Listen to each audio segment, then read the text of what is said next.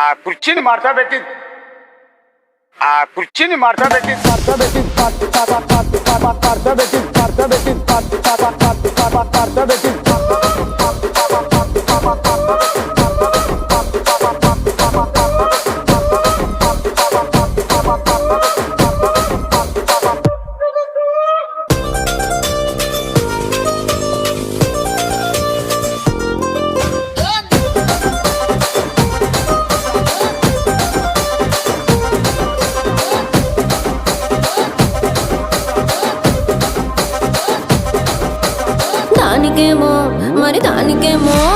దానికేమో మేకలిస్తివి, మరి నాకేమో సన్న బియ్యం నువ్వు కలిస్తివి.